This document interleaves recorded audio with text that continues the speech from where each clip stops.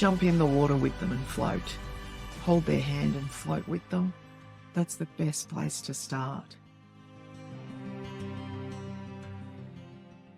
What are some examples of non-traditional education methods that work for PDA children? There are many PDAs who get through a mainstream education system. It's not about whether the child can handle it or not. It's about how it's delivered, who's doing the delivery, and what type of people they are, the flexibility, how they notice and relate to and observe the child in front of them.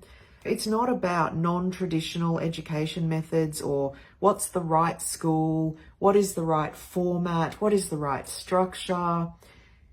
It's about paying attention to the individual. Most PDA families will try various types of education and formats and structures before they learn what works best.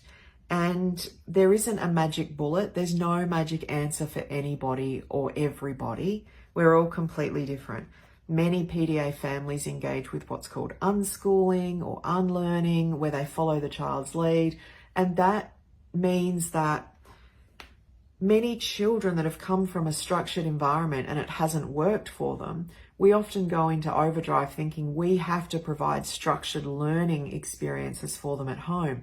And sometimes that's really counterproductive, because if we're recreating this environment that our child has come from, or this format that hasn't worked for them, it's probably not going to work. We've seen that that's the case.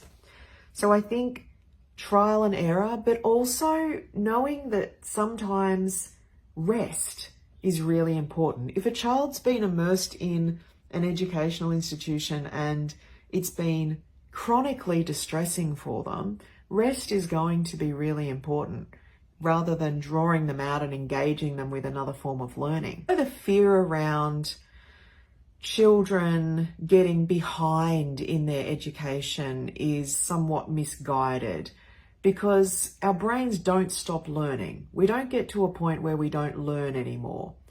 I left school when I was 14, and I know there was probably a lot of panic around that for the adults around me.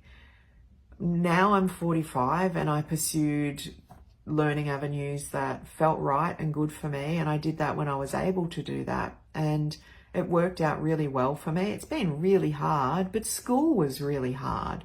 So I think sometimes revisiting our expectations around how informed those expectations are by fears that aren't necessarily helpful or true is really important, rather than looking for examples of non-traditional education methods, because we're not really paying attention to the child. We're looking outside for resources and supports to try and address the fact that one environment hasn't worked for them, rather than looking at why it hasn't worked and what the reasons are around that.